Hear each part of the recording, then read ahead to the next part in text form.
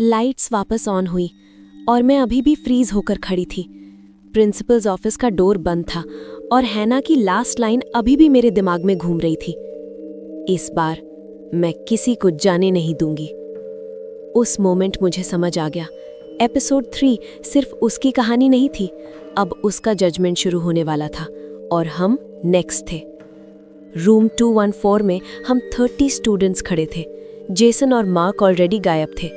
हर किसी का face white हो चुका था, किसी की आंखों में गिल्ट, किसी में फियर, किसी में कंफ्यूजन। कोई रो रहा था चुपके से, कोई फोन स्क्रीन को बार बार देख रहा था जैसे सिग्नल आ जाएगा। मैं नोआ का हाथ पकड़कर खड़ी थी, उसकी फिंगर्स कोल्ड थीं, बिल्कुल आइस जैसी। बेल बजी, क्लॉक फ्लैश हुआ, 3:17 PM। व्हाइट बोर्ड पे लिखा कन्फेस और डिसअपियर, और उसके नीचे एक और line, truth is not enough. Room का टेम्परेचर सडनली ड्रॉप हो गया और पीछे से हैना की आवाज आई, तुम सब ने किसी न किसी को छोड़ा है, जैसे उन्होंने मुझे छोड़ा। मेरी स्पाइन में चिल दौड़ गई। रायन को बुलाया गया। हैना ने पूछा, जब किसी को हेल्प चाहिए थी तुमने क्या किया? रायन रो पड़ा। उसने कन्फेस किया कि उसने क्वाइट स्टूडेंट का लंच चुराकर उसका मजाक बनाया था, और जब वो रो रहा था रायन हंसा था। बोर्ड पे लिखा, you laughed at pain. Ryan scream करता हुआ हवा में खींच लिया गया। उसका बैकपैक फ्लोर पे गिर गया। रूम में एक लड़की फेंट हो गई। क्लोई को बुलाया गया। तुम्हारी बेस्ट फ्रेंड रो रही थी और तुमने उसका सीक्रेट शेयर किया, क्यों? क्लोई चिल्लाई, I was scared of being left out. Board पे लिखा, you chose popularity over truth. Chloe गायब। उसकी फ्रेंड हिस्टेरिकली रोती रही, आई फॉरगिव यू, प्लीज वापस आ जाओ। पर कोई वापस नहीं आया। स्टूडेंट्स एक दूसरे को देखने लगे। कोई बोल रहा था, मैंने कुछ नहीं किया। कोई चिल्लाया, सबने कभी ना कभी मिस्टेक की होती है। हैना की आवाज आई, मिस्टेक और क्रूअल्टी अलग होती है। उस मोमेंट मुझे अपने सारे छोटे छोटे मोमेंट्स याद आए, जब मैंने किसी को इग्नोर किया, किसी का मैसेज सीन करके रिप्लाई नहीं दिया, किसी का मजाक सुना और चुप रही। मुझे लगा मैं नेक्स्ट हूं। मेरी ब्रीदिंग कंट्रोल में नहीं थी। सडनली हैना ने इंडिविजुअल क्वेश्चनिंग रोक दी। कुछ लोग डायरेक्टली क्रूअल थे, कुछ स्पेक्टेटर्स।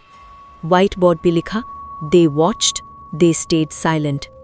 बैक बेंचर्स का एक ग्रुप जो बुलिंग रिकॉर्ड करता था एक साथ फेड होने लगा, जैसे किसी ने उन्हें इरेजर से मिटा दिया हो। 3 पॉपुलर गर्ल्स रूमर स्प्रेड करने वाली, उनकी वॉइसेस म्यूट हो गईं और वो हवा में डिसॉल्व हो गईं। 2 स्टूडेंट्स जो कहते रहे, हमने कुछ नहीं किया। बोर्ड पे लिखा, साइलेंस इज अ चॉइस, और वो भी धीरे धीरे ट्रांसपेरेंट हो गए। किसी ने स्क्रीम किया, किसी ने प्रेयर स्टार्ट की, किसी ने आंखें बंद कर ली। एक फनी लड़का जो ऑकवर्ड मोमेंट्स में जोक्स क्रैक करता था, मैं बस सिचुएशन लाइट कर रहा था। Board, you laughed instead of caring, और वो चॉक डस्ट की तरह हवा में बिखर गया। क्लासरूम में डेस्क्स खाली होती गईं, अटेंडेंस रजिस्टर के नाम धुंधले होने लगे, जैसे स्कूल खुद उन्हें भूल रहा हो। अब सिर्फ कुछ लोग बचे थे। सबने मिस्टेक की होती है, किसी ने चिल्लाया। हैना की आवाज काम थी, मिस्टेक और क्रूअल्टी अलग होती है। उस मोमेंट मुझे अपने सारे छोटे छोटे मोमेंट्स याद आए, जब मैंने किसी को इग्नोर किया, किसी का मैसेज सीन करके रिप्लाई नहीं दिया, किसी का मजाक सुना और चुप रही। मुझे लगा मैं नेक्स्ट हूं। मेरी ब्रीदिंग कंट्रोल में नहीं थी। रूम 214 में सिर्फ 5 लोग बचे थे, मैं, नोआ, लिली, सोफी और आयान। बाकी सब या तो हवा में खिंच लिए गए या डार्कनेस ने निगल लिया। रूम इतना सायलेंट था कि हम अपनी हार्ट बीट सुन सकते थे। व्हाइट बोर्ड पे लिखा था, रिमेंबर, और फिर हैना ने हमें एक एक करके बुलाया। मेरी लेग्स वीक हो गईं। मुझे लगा अब मेरी बारी। हैना की आवाज आई, तुमने कब किसी को अकेला छोड़ा? मेरे दिमाग में एक मेमोरी फ्लैश हुई। 2025 स्कूल कॉरिडोर। एक जूनियर गर्ल रो रही थी, सब उसका मजाक बना रहे थे। मैंने देखा था, मैं उसके पास जा सकती थी, पर मैंने अपना बैग टाइट पकड़ा और सीधा चलती रही, क्योंकि मुझे लेट हो रहा था, क्योंकि मुझे प्रॉब्लम नहीं चाहिए थी, क्योंकि मुझे डर लगता था। मैं रो पड़ी। मैंने उसकी हेल्प नहीं की, मैं डर गई थी। Room silent. फिर हैना ने धीरे से कहा, तुम्हारी वीकनेस ने उसे हर्ट किया, पर तुम अब भी याद कर रही हो। व्हाइट बोर्ड पे लिखा, रिमेंबर योर साइलेंस। मैं गिरने वाली थी पर मैं गायब नहीं हुई। मुझे समझ आ गया, हैना रिवेंज नहीं, मेमोरी चाहती थी। नोआ आगे बढ़ा, उसकी वॉइस हिल रही थी। हैना ने पूछा, तुमने कब सच से मुंह मोड़ा? नोआ ने कन्फेस किया, एक रूमर ग्रुप में सर्कुलेट हो रहा था, एक लड़के के बारे में। नोआ जानता था रूमर झूठ था। उसने फॉरवर्ड नहीं किया, पर उसने ग्रुप भी लीव कर दिया। कुछ नहीं बोला। उस लड़के को मंथ्स तक बुली किया गया। नोआ ने कहा, मैं उसका साथ दे सकता था, पर मैं इनविजिबल बन गया। हैना ने कहा, तुमने डिस्टेंस चूज किया, पर तुमने क्रूअल्टी ज्वाइन नहीं की। White board, cowardice is not cruelty. नोआ बच गया, पर उसकी आंखों में गिल्ट भर गया। लिली का टर्न आया। उसने कन्फेस किया, एक बुलीड स्टूडेंट को वो सीक्रेटली नोट्स देती थी, उसके लिए होमवर्क लिखती थी, लाइब्रेरी में साथ बैठती थी। पर जब क्लास में उसका मजाक बनता, लिली चुप रहती, क्योंकि उसे अपनी इमेज बचानी थी। वो रो पड़ी, मैं उसकी दोस्त थी, पर पब्लिकली नहीं।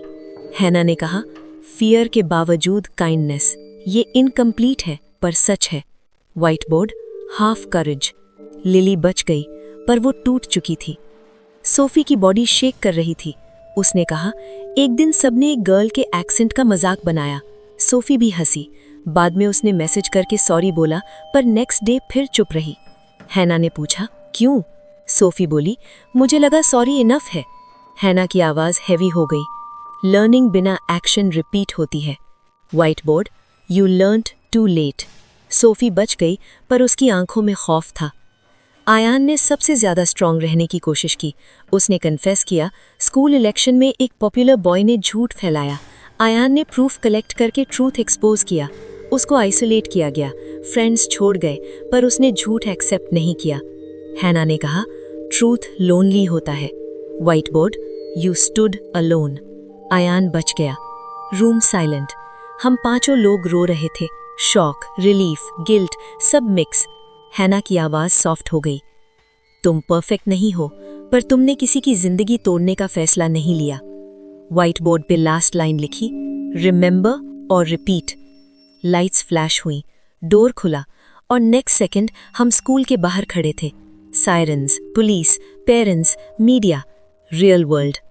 पर हम समझ गए, हम बच गए थे, पर हम कभी नॉर्मल नहीं हो पाएंगे।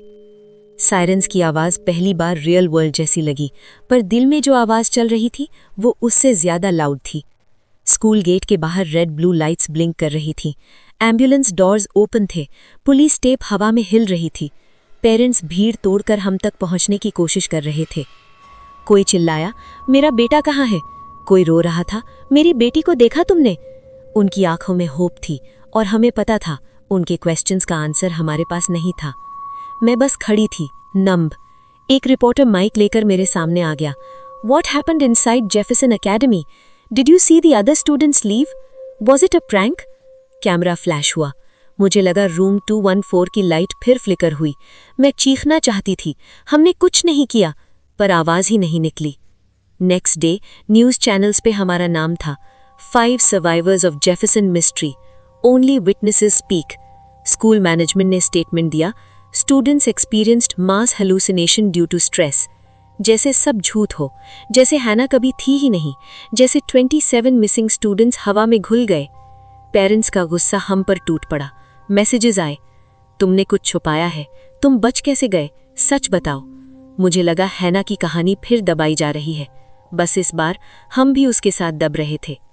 हम फेमस हो गए, news interviews, true crime podcasts, documentary offers. लोग कहते, you are so brave, you survived a miracle. पर हर इंटरव्यू के बाद मैं बाथरूम में जाकर रोती थी, क्योंकि मुझे याद आता रायन का बैकपैक फ्लोर पे गिरना, क्लोई का लास्ट आई एम सॉरी, और अर्जुन का साइलेंट स्टेयर, और वो एम्प्टी डेस्क्स। क्लासरूम में 32 सीट्स थीं, अब सिर्फ 5 बच गए। बाकी चेयर्स खाली, और हर खाली चेयर मुझे देखकर पूछती, वाई नॉट यू? हर रात बिल्कुल 3:17 PM पे मेरी आंख खुल जाती, फोन स्क्रीन ग्लो करता, 3:17, और मुझे पता होता आज फिर नींद नहीं आएगी। पर सिर्फ मैं नहीं, हम पांचों का हाल सेम था। मुझे कॉरिडोर में फुटस्टेप सुनाई देते, जैसे कोई लॉकर के पास रुककर खड़ा हो। कभी लगता रायन का शैडो डोर के नीचे से पास हो रहा है, कभी क्लोई की हल्की क्राइंग, कभी एक विस्पर, रिमेंबर। मैं लाइट्स ऑन करती, रूम एम्प्टी होता, पर गिल्ट एम्प्टी नहीं होता। मैं डायरी लिखती रहती, पेजेस भरते रहते, पर दिल हल्का नहीं होता। नोआ पहले स्ट्रांग था, अब वो रात को रूम के कॉर्नर में बैठकर सिर पकड़ लेता। उसको लगता फ़ोन वाइब्रेट हुआ, स्क्रीन ब्लैंक होती, पर उसको मैसेज सुनाई देता, यू लेफ्ट अस। उसने स्कूल जाना छोड़ दिया, लोगों से मिलना छोड़ दिया। उसकी माँ कहती, बेटा थोड़ा बाहर जाओ, पर नोआ बस एक ही लाइन बोलता, मैं बच गई क्यों। लिली ने बोलना ऑलमोस्ट बंद कर दिया। उसको क्लासरूम के एम्प्टी डेस्क्स दिखते रहते। कभी डिनर टेबल पे वो सडनली खड़ी होकर चेयर्स काउंट करती, 1, 2, 3, फिर रो पड़ती, क्योंकि उसको 32 तक काउंट करना आदत थी। अब सिर्फ 5 लोग बचे थे। उसको लगता अगर वो लाउड बोलेगी तो हैना सुन लेगी। सोफी स्ट्रांग दिखती थी, पर अंदर से टूट गई थी। डोर स्लैम की आवाज़ तो पैनिक अटैक, बेल की आवाज़ तो स्क्रीमिंग। एक बार मॉल में फायर अलार्म बजा। वो फ्लोर पे बैठकर रोती रही, प्लीज़ मुझे मत ले जाओ।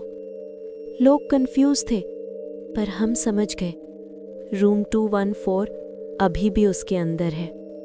आयान सबसे क्वाइट हो गया। वो हर चीज़ रिकॉर्ड करता, नोट्स लिखता, डेट्स लिखता, 317 लिखता। उसको लगता अगर सच रिकॉर्ड नहीं हुआ तो सब झूठ बन जाएगा। एक दिन उसने मुझे बोला, एमिली, अगर हम नहीं बताएंगे तो हैना फिर किसी और क्लास को बुलाएगी। उसकी आंखों में नींद नहीं थी, बस डर था। एक रात हम 5 वीडियो कॉल पे मिले। सब रो रहे थे, किसी को नींद नहीं, किसी को होप नहीं। हमने सोचा हम स्कूल वापस जाएंगे, रूम 214। शायद सब खत्म हो जाए, शायद गिल्ट रुक जाए। पर जब हम स्कूल पहुंचे, पुलिस ने हमें रोक लिया। हम कोलैप्स हो गए। डॉक्टर्स ने कहा, दीज किड्स नीड हेल्प। और उस दिन हम एडमिट हुए। मेंटल हेल्थ हॉस्पिटल का room, white walls, silent corridors. वही जगह है जहां मैं ये सब लिख रही हूँ। 10 साल हो गए।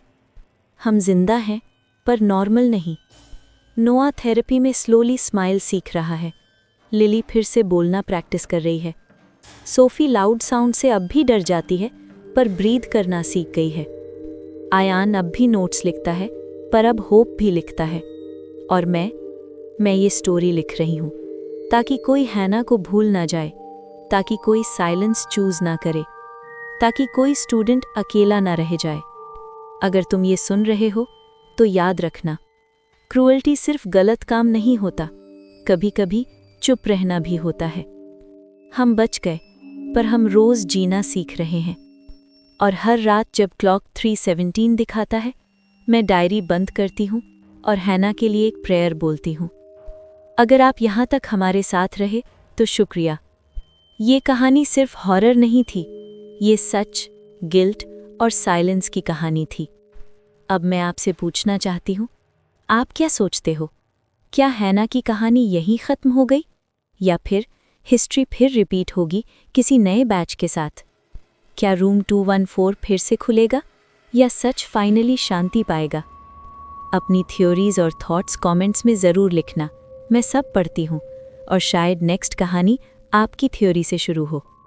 अगर आपको मिडनाइट विस्पर की स्टोरीज पसंद आती हैं तो वीडियो को लाइक करो, अपनी फ्रेंड्स के साथ शेयर करो और चैनल को सब्सक्राइब करना मत भूलना, क्योंकि यहाँ हर रात एक नई कहानी फुसफुसाती है। और याद रखो, कुछ कहानियाँ ख़त्म नहीं होती, वो बस इंतज़ार करती हैं किसी नए लिसनर का। गुड नाइट, और मिलते हैं नेक्स्ट मिडनाइट विस्पर की अगली स्टोरी में।